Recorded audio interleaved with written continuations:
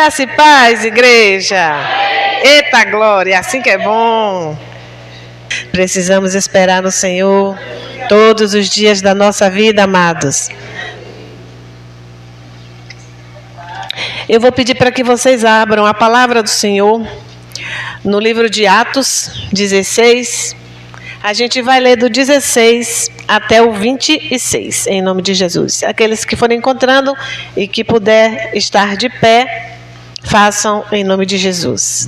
Atos 16, a partir do verso 16.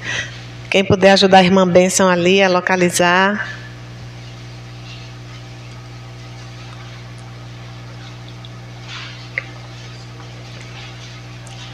Louvado seja Deus. Glórias a ti, Jesus. Aleluia. Então, a palavra do Senhor diz assim, a partir do verso 16. E aconteceu que, indo nós à oração, nos saiu ao encontro uma jovem que tinha espírito de adivinhação, a qual, adivinhando, dava grande lucro aos seus senhores. Esta, seguindo a Paulo e a nós, clamava dizendo: esses homens que nos anunciam o caminho da salvação são servos do Deus Altíssimo. E isso fez ela por muitos dias. Mas Paulo, perturbado, voltou-se e disse ao Espírito: em nome de Jesus Cristo, te mando que saias dela. E na mesma hora saiu. E vendo os seus senhores que a esperança do seu lucro estava perdida, prenderam Paulo e Silas e os levaram à praça à presença dos magistrados. E apresentando-os aos magistrados, disseram: esses homens, sendo judeus, perturbaram a nossa cidade e nos expõem costumes que não nos é lícito receber nem praticar, visto que somos romanos. E a multidão se levantou, unida contra eles. E os magistrados, rasgando-lhes as vestes, mandaram açoitá-los com varas. E havendo-lhes dado muitos açoites, lançaram na prisão e mandando ao carcereiro que os guardasse com segurança. O qual, tendo recebido tal ordem, os lançou no cárcere interior e lhes segurou os pés no tronco. E perto da meia-noite, Paulo e Silas oravam e cantavam hinos a Deus, e os outros presos os escutavam. E de repente sobreveio um tão grande terremoto que os alicerces do cárcere se moveram, e logo se abriram todas as portas e foram soltas as prisões de todos. Acordando o carcereiro e vendo abertas as portas da prisão, tirou a espada e quis matar-se, cuidando que os presos já tinham fugido. Mas Paulo clamou com grande voz, dizendo: não te faças nenhum mal, que todos aqui estamos. E pedindo luz, saltou dentro e todo trêmulo se prostrou ante Paulo e Silas. E tirando-os para fora, disse: senhores, que é necessário para que eu faça para me salvar? E eles disseram: crê no Senhor Jesus Cristo e serás salvo tu e a tua casa. Podeis assentar em nome de Jesus. Pai, nesta hora nós apresentamos nossas vidas ao Senhor, Pai. Nós estamos neste lugar, nesta noite, meu Deus, porque é neste lugar que o Senhor delega a bênção para as nossas vidas. Mas nós queremos declarar o nosso amor ao Senhor nessa noite. Nós estamos aqui, Senhor, porque nós dependemos do Senhor para caminhar nesta terra que jaz no maligno, ó Pai. Nós queremos agradecer a Tua misericórdia e livramentos todos os dias que o Senhor dispensa para as nossas vidas. Tem coisas que não entendemos, mas que nós recebemos como ensinamentos do Senhor. Que não seja diferente, ó Deus, com esta palavra para as nossas vidas nesta noite. Que o Senhor possa bradar no nosso coração mudança de atitude, ó Deus, para que possamos ser testemunhas vivas, cartas vivas na terra do Teu amor, para testemunhar que nós somos do Senhor. Pai, em nome de Jesus, repreende agora todo espírito do roubo da palavra. Toda inquietação da mente agora vai sendo tirada do meio de nós.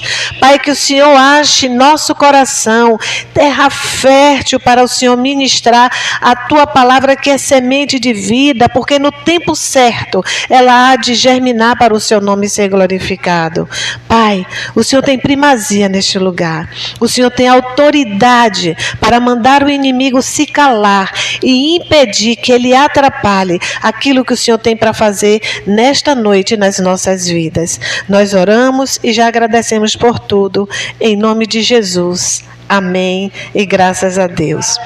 Aqui, queridos, está trazendo, eu nem trouxe meu caderno hoje, mas eu coloquei lá no meu caderno, assim, como título: o testemunho na perseguição. Será que quando a gente está sendo perseguido, de qualquer forma que a gente entenda que é perseguição, a gente está testemunhando o amor de Deus? A gente está testemunhando o poder de Deus? E Paulo e Silas não foi diferente. Eles tiveram uma missão. Se vocês olharem no capítulo 16, no início, ele estava numa viagem missionária. Os Paulo e Silas, junto com Timóteo também, estavam numa viagem missionária. E à medida que eles iam passando pelos lugares, ele estava pregando o evangelho. Aí o verso 16 coloca que aconteceu que eles estavam indo à oração. Eles estavam indo orar. E aquela jovem, que ela tinha espírito de adivinhação, ficava perturbando o juízo deles. Ela estava dizendo uma verdade, porque a gente sabe que Satanás enxerga qual é a verdade nas nossas vidas. E se nós estamos na presença, nós incomodamos o inimigo das nossas almas, que foi colocado aqui nessa noite. A nossa luta não é contra A, não é contra B. E aqui está claro que é o Espírito usando a vida daquela menina, aquele espírito de adivinhação, dizendo: esses são servos do Deus Altíssimo que estão apregoando a salvação. Não era nenhuma mentira, mas Paulo percebia que aquela jovem tinha algo de errado. Ela estava falando uma verdade que era a vivência daqueles homens de Deus, mas ela estava no espírito do engano. Essa jovem precisava ser liberta. Então Paulo, quando já estava assim, já saturado de ouvir as mesmas coisas, ele não estava incomodado pela menina, mas ele estava incomodado pelo inimigo manipulando a menina para fazer alvoroço naquele ambiente que seria um ambiente de oração. E aí Paulo simplesmente olha para a menina e faz assim: saia, em nome de Jesus Cristo, saia dela agora. Ele não gritou, aqui não está dizendo que ele impôs a mão, mas eu tenho certeza que ele olhou para aquela menina e disse assim: em nome de Jesus Cristo, saia dela agora. E a menina foi liberta. E aí começa a história da perseguição. Eu quero chamar a atenção que quando nós estamos na presença, quando nós estamos fazendo a vontade de Deus, buscando nos aprimorar, fugir das tentações e caminhar nas veredas do Senhor, nós incomodamos os nossos inimigos espirituais. E como já foi dito aqui nessa noite, vidas podem ser levantadas com brechas, com falhas, para incomodar aqueles que estão servindo ao Senhor. Então Paulo e Silas começaram a ser perseguidos, e eu vou colocar aqui alguns pedacinhos que isso faz parte aqui da ministração. Então, vendo que seus senhores, no verso 19, vendo os seus senhores que a esperança de seu lucro estava perdida, Paulo e Silas prenderam Paulo e Silas e levaram à praça à presença dos magistrados. Olha só, quando nós somos um instrumento de verdade, nós incomodamos. Nós podemos tirar o lucro, o benefício daqueles que vivem na mentira e que estão sendo beneficiados pela mentira. Quantos do povo de Deus lá no Egito pediram para voltar porque achava melhor ficar no Egito amassando barro, fazendo tijolo para Faraó, do que ir para a terra que o Senhor prometeu para eles, mas que eles precisavam ter uma jornada que seria curta, mas eles alongaram. E essa menina, ela foi um motivo dessa perseguição. Os seus donos perderam o lucro de manipular aquela menina para ter lucro. Satanás manipula pessoas para ter lucro, e o lucro deles é manter o engano e impedir que o evangelho chegue para a libertação. Quem somos nós como crentes? Será que nós estamos fazendo o nosso papel? Ou quando nós enfrentamos o inimigo de frente, porque aqui ninguém está isento de enfrentar o inimigo de frente, enfrentar a Satanás. Mas nós precisamos estar preparados. Não é pelo grito, não é pelo bater no pé, mas é pela autoridade no nome de Jesus Cristo. E nós temos essa autoridade porque está escrito que toda autoridade nos foi dada pelo Senhor para a gente pisar na cabeça de serpentes e escorpiões. E eles foram levados para a praça pública, na frente dos magistrados, Paulo, romano. E eles foram humilhados. Será que quando a gente está servindo ao Senhor, a gente vai se submeter a essa humilhação por amor de Jesus? Fica a pergunta aí no seu coração. Porque às vezes a gente repreende, Senhor, repreende este homem, repreende essa situação, me tire do problema. Não. A gente tem que dizer ao Senhor, me dá sabedoria para lidar nessa trajetória, para que o seu nome seja glorificado. E aí Paulo e Silas, deixa eu continuar. E apresentando aos magistrados, disseram: esses homens, sendo judeus, perturbam a nossa cidade, nos expõem costumes que não nos é lícito nem receber nem praticar, visto que somos romanos. E isso incitou a multidão. Quantos de nós que estamos fazendo a vontade de Deus não incomodamos o inferno? E outras pessoas e mais pessoas dentro da família, dentro do trabalho, até dentro da igreja, amados, se incomodam. Como estamos nós com relação ao Evangelho, à prática do Evangelho? Pessoas, quando se convertem, elas são abandonadas pelas famílias. Agora você é crente, você não faz mais parte da nossa sociedade familiar, porque agora você é diferente, você escolheu, fique isolado. Quantos que já se converteram, que entenderam o que é o verdadeiro evangelho genuíno, e eles foram abandonados. Aqui era uma multidão agora que estava contra Paulo e Silas, sendo incitados pelos magistrados, que eram homens que tinham poder da lei naquele lugar, e estavam induzindo a todos se revoltarem contra Paulo e Silas, porque eles estavam manipulando, os donos da menina estavam manipulando a menina para ganhar dinheiro. Se a gente olhar de sã consciência, é um tipo de escravidão, mas naquele momento, da forma que foi colocado, eles foram vistos como vítimas porque perderam a sua escrava para ganhar dinheiro de acordo com a sua habilidade de adivinhação. E eles foram levados. A multidão se levantou, unida contra eles, e os magistrados, rasgando-lhe as vestes, mandaram açoitá-los com varas. Imagine, eles têm as suas roupas rasgadas, eles são açoitados, são chicoteados e são machucados. Nós estamos prontos dentro de uma perseguição, como cristão verdadeiro, que vive o evangelho genuíno. Nós estamos preparados para ter as nossas vestes rasgadas, para ter a nossa vida machucada? Por amor, sua vida entregou, meu Senhor. Humilhado foi como a flor machucada num jardim.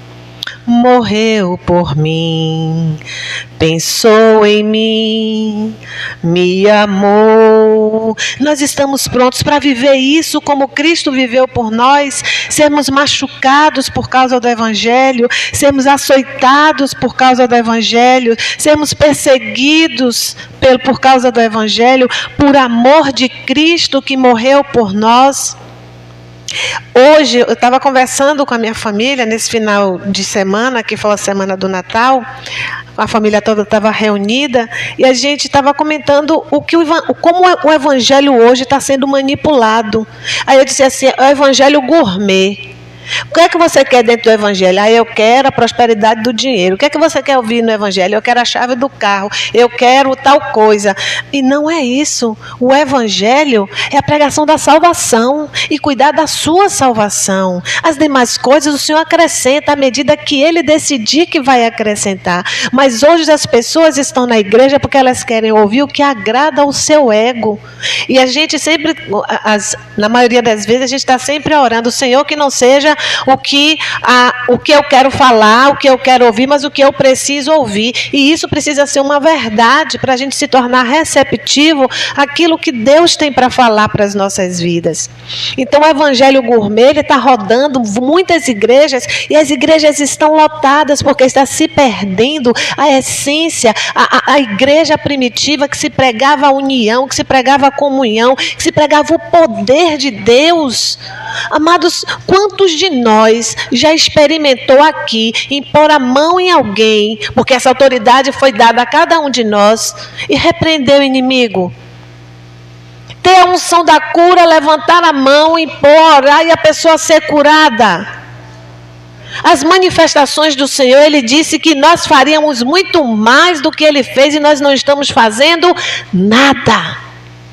Como nós estamos vivendo o evangelho, nós estamos na virada de ano, que para a gente, ser humano limitado dentro dessa caixa aqui, a gente precisa entender que fechou um ciclo e vai abrir um outro, mas para Deus o tempo continua, Ele não tem divisão, e Ele está dizendo nessa noite, já que o meu povo precisa de virar um ano para o outro, qual é a ótica do próximo ano? Quando a gente começa a caminhar no início do ano, fazemos vários projetos. E quantos nós vamos largando até pela nossa própria vida. Mas nós não podemos deixar o Senhor. No culto dos jovens, nós fizemos um propósito aqui com o Senhor, da gente estar em campanha de oração pelas profecias que nós colocamos nas nossas caixinhas, e todos os dias está orando. Aí alguém pode dizer assim, aquela profecia foi uma balela, foi conversa da missionária Isis, mas você orou todos os dias? Você pegou sua caixinha, você foi conversar com Jesus, você foi dar graças porque as coisas já estão se movimentando no mundo espiritual? O Senhor, quando Ele fala que Ele vai fazer, Ele promete, Ele cumpre. Nós somos aqueles que atrapalhamos a obra de Deus nas nossas vidas. E sem a fé, a gente não pode ter nada de Deus executado em nós. Porque sem fé é impossível agradar a Deus. E quando a gente agrada-se do Senhor, Ele satisfaz os desejos do nosso coração. Que esse ano seja, esse último culto de quinta-feira, seja um dia, uma noite, você em sua casa, fazendo uma reflexão de quem é você como crente. Porque você tem o poder nas mãos, então por que ainda não resolveu aquilo que você ainda se queixa, que está emperrado na sua vida? Você tem autoridade, você tem as ferramentas, você tem as armas espirituais, casta de demônio só sai com jejum e oração. Cadê você? Você precisa se apresentar diante do Senhor, porque é fato que quando o povo ora, o Senhor responde. Quando a caixinha da promessa está ali, o Senhor responde às orações dos santos. Mas o Senhor, Ele quer intimidade. O Senhor, Ele quer conversar com cada um de nós no seu particular. Seja lá que hora for, o Senhor, Ele não dorme, Ele está disponível em todo o tempo. A gente às vezes arranja tempo no horário de meio-dia para fazer um atendimento, como minha filha fez hoje. Meio-dia, a paciente dela, eu só posso de meio-dia a 1h, que é o horário do meu almoço. Ela abriu mão do almoço para fazer um atendimento com a minha filha, mas a gente às vezes não abre mão do almoço para fazer um atendimento com o pai. Pensa. Qual é a prioridade? Eu vou para a igreja, eu vou lá, eu leio a Bíblia, eu faço, aconteço. Mas Jesus, Ele não quer só isso. Vir para a igreja é muito bom, amados. Mas o relacionamento é fortalecido quando você vem para a igreja. Mas você precisa exercitar esse relacionamento com o Senhor.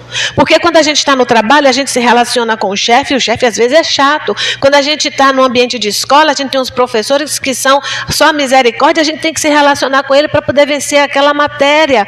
E com Jesus, Como nós estamos nos relacionando, se Ele é tudo de bom para as nossas vidas.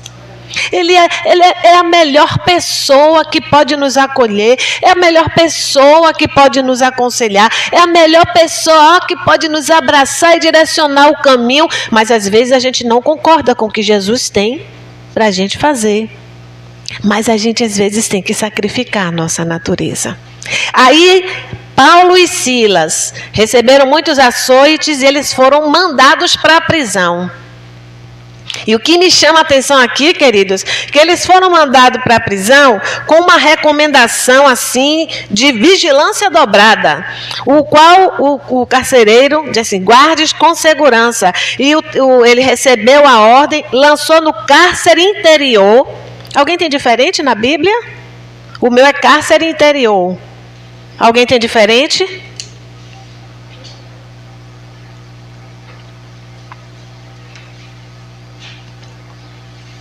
Aleluia. Enquanto vocês vão procurando aí, o qual, tendo recebido tal ordem, lançou eles no cárcere interior e lhes segurou os pés no tronco. Ainda acorrentou interior também. Aí eu fui pesquisar o que é cárcere interior. Imagine que tem a prisão e no subterrâneo tem os cárceres, os buracos lá embaixo, com os troncos.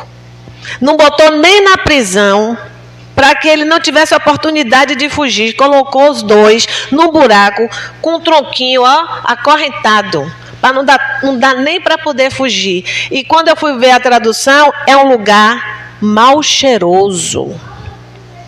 Será que nos nossos vales, quando estão passando por perseguição, a gente vai suportar o mau cheiro que a gente está ali inserido? A gente vai suportar essa prisão temporária, sabendo que o Senhor está nos provando para sermos aprovados e as correntes quebrarem?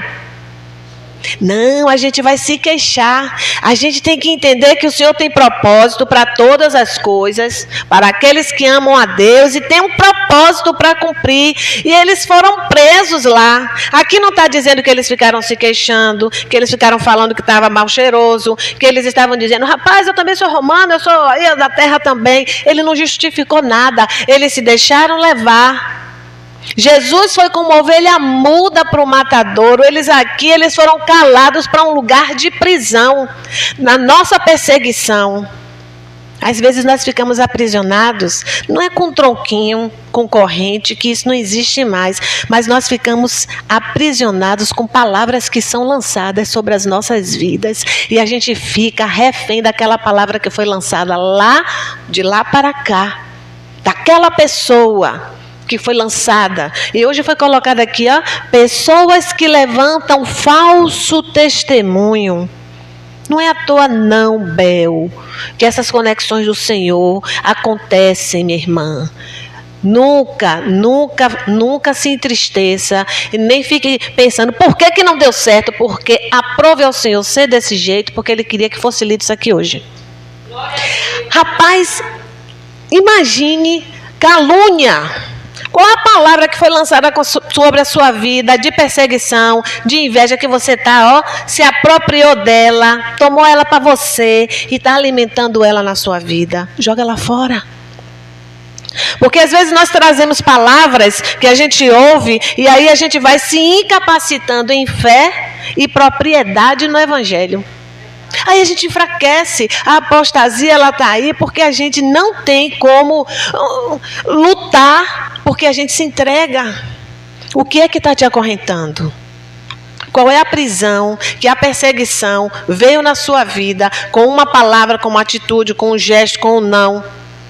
Não sei, mas o Senhor sabe na vida de cada um, porque cada um passa, eu passo. Eu estou passando, mas eu estou dizendo: Senhor, eu estou tirando os troncos hoje do meu pé, porque eu quero viver o Evangelho, porque o meu testemunho para aqueles que me caluniaram é o testemunho de que Cristo vive em mim e que eu estou procurando me consertar todos os dias. Queridos, é tempo de se olhar no espelho, amar a Deus sobre todas as coisas, a si próprio e depois o próximo. Como é que você vai amar o próximo se você antes não ama a si próprio? É tempo de se olhar como crente diante de Deus. Não é olhar se o outro está sendo crente, não. É você se olhar para que você possa ser testemunho na terra. O Senhor, se o Senhor chegasse, se Jesus viesse hoje, amados, se viesse hoje, com o coração que eu estou hoje aqui, com o coração que você está hoje aí, será que a gente ia? Eu não sei.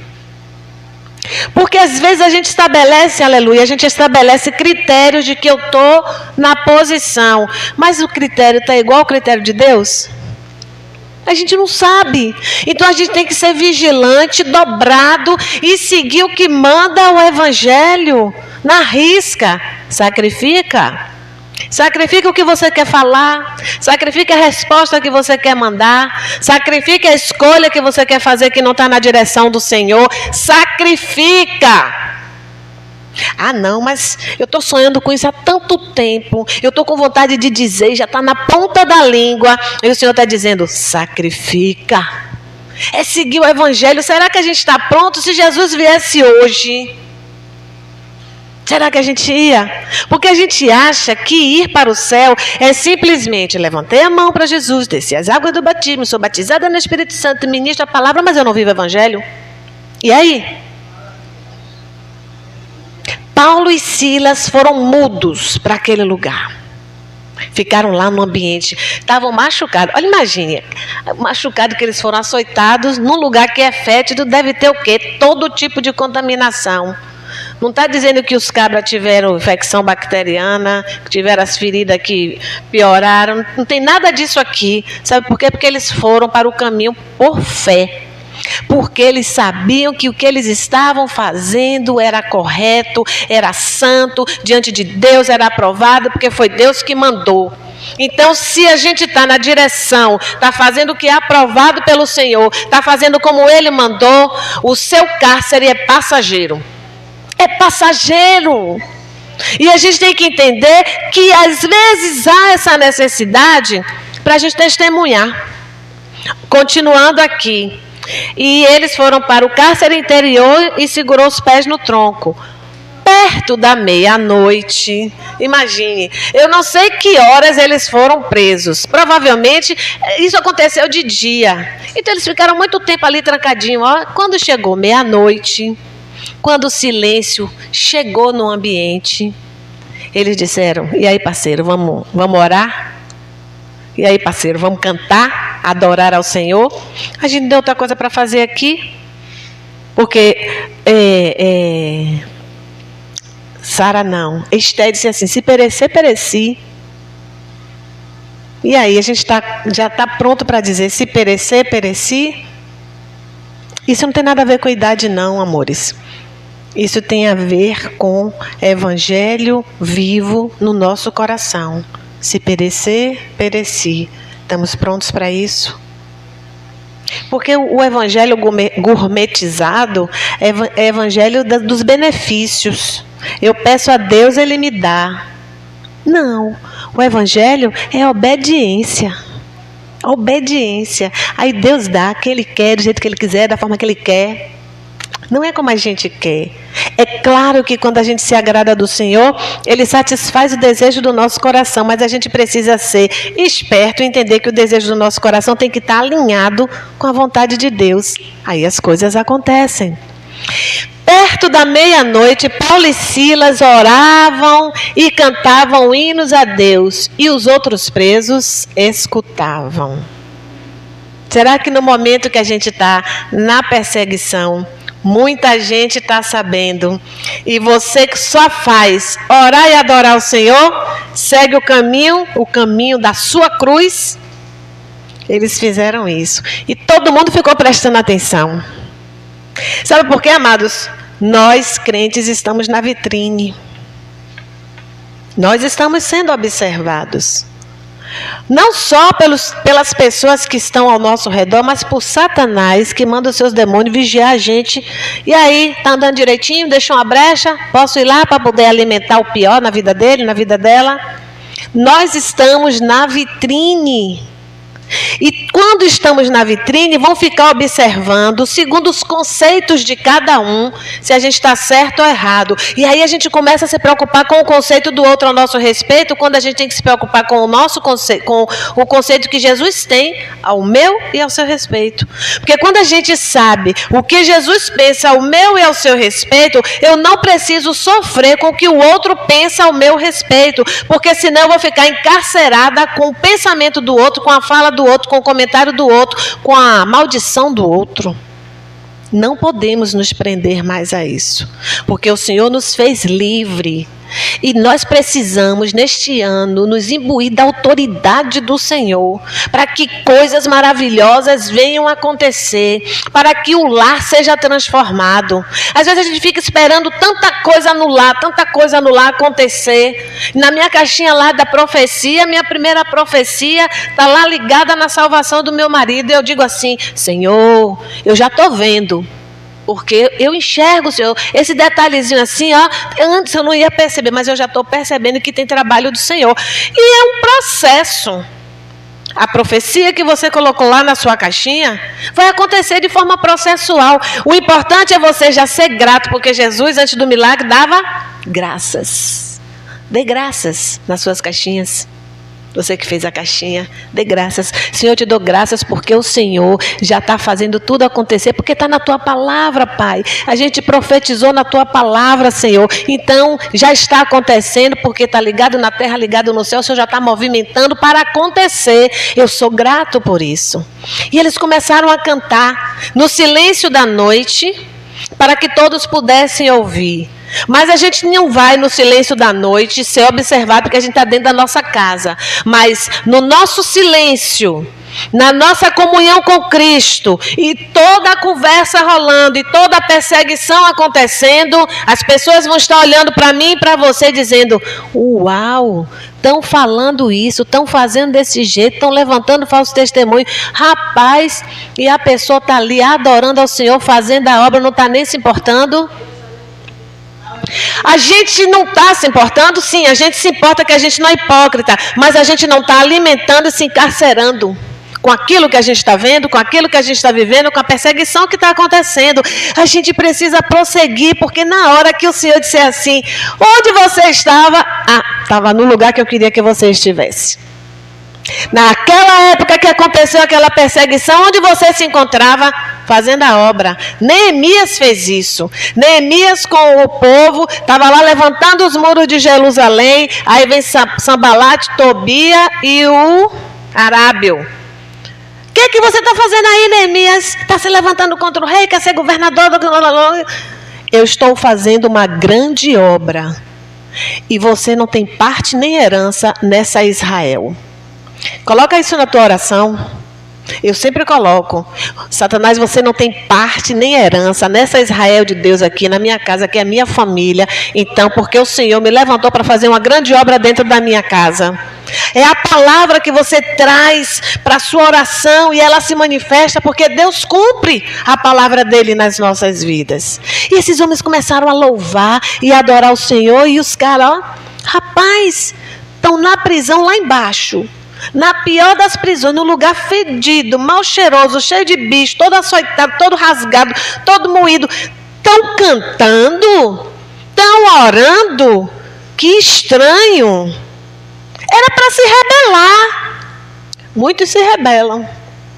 Será que eu e você estivesse lá, não ia estar gritando: não, eu quero água, aqui está fedido, eu não quero ficar aqui não, eu sou inocente. Eles foram calados. Será que na perseguição, porque somos crentes, nós vamos nos manter calados? Tem hora de falar, tem a hora de calar, tem a hora de sorrir, tem a hora de chorar, tem a hora de estar perto, tem a hora de estar longe, tem a hora de rasgar, tem a hora de coser. Tem tempo para todas as coisas debaixo desse sol. A gente só precisa saber no Senhor o tempo certo.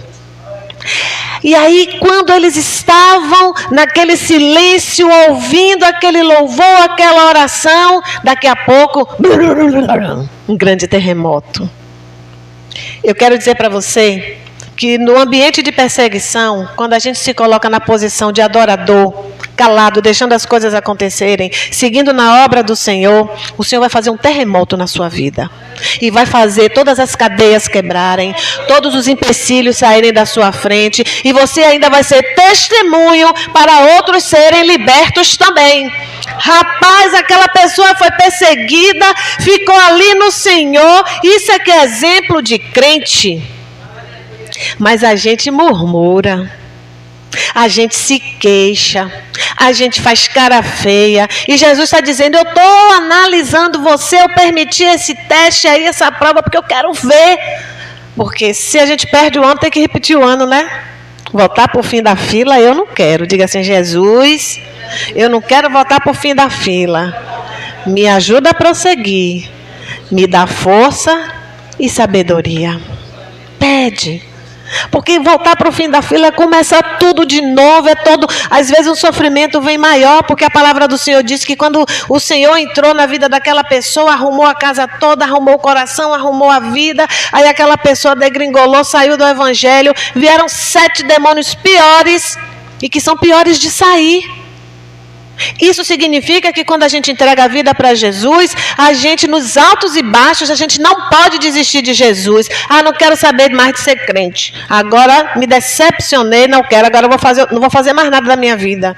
7 piores demônios vêm e atormentam a vida dessa pessoa. E para tirar, é mais difícil trazer eu não gosto de dizer desviado, não. Uma pessoa que abandonou, que saiu do evangelho, para trazer de volta é mais difícil.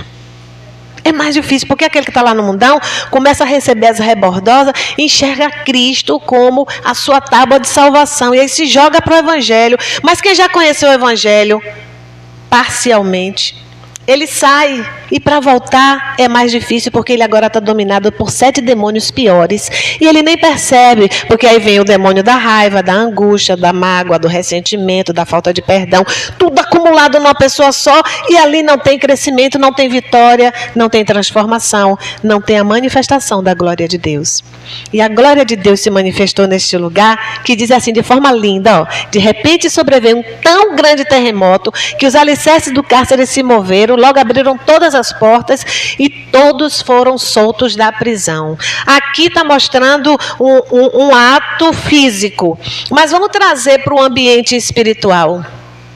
No momento que a gente passa por uma situação e que a gente está na vitrine, que as pessoas estão nos observando, independente da gente ter um destaque ou não na igreja, mas você tem um destaque no seu trabalho, você tem um destaque na sua família, você é observado. E diante daquela luta que você está passando, como você se manifesta, as pessoas vão dizer assim, uau, aí é crente de verdade, olha a vitória dele, demorou, mas chegou. Porque a gente conta tempo. Por isso que a gente estabelece, tem tantos anos que eu estou esperando, meu Deus, eu tenho 23 anos de evangelho e estou esperando no Senhor a transformação do meu marido, mas ele já foi transformado em muitas coisas que muitos crentes dentro da igreja não foram transformados. Mas ele ainda não está salvo porque ele não abriu a boca para confessar Jesus. Aí eu disse para a minha secretaria, eu já disse assim, qualquer coisa é só aceitar que eu te batizo aqui na piscina mesmo. Eu digo isso para o meu marido na brincadeira, né? Mas eu estou falando sério. Eu jogo e depois eu saio, mudo de assunto e deixo lá ele meditando na coisa. As meninas conhecem ele, sabem como é que ele é. Mas aqueles homens também foram salvos. Na perseguição, o seu testemunho traz salvação. Guarde isso no seu coração. Na sua perseguição, o seu testemunho traz salvação. E aí chega o carcereiro acordou, imagina, o carcereiro foi o último a acordar, trancou os meninos lá embaixo no cárcere inferior, botou no tronco para eles não fugirem, não correr, e ainda cochilou, que veio o terremoto, os outros presos tudo solto, ele acordou assustado, depois que tudo já tinha acontecido, e disse, e agora que eu vou morrer, vão me matar porque os presos fugiram. Olha só que lindo, acordando o carcereiro e vendo abertas as portas da prisão, tirou a espada para se matar. Agora, ali ele estava tão engessado nas coisas do mundo que ele não percebeu a manifestação de Deus.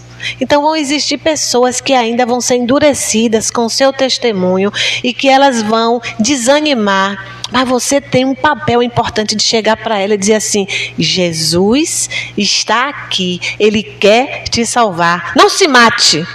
Paulo disse para ele: não faça isso, está todo mundo aqui, abra o olho e veja.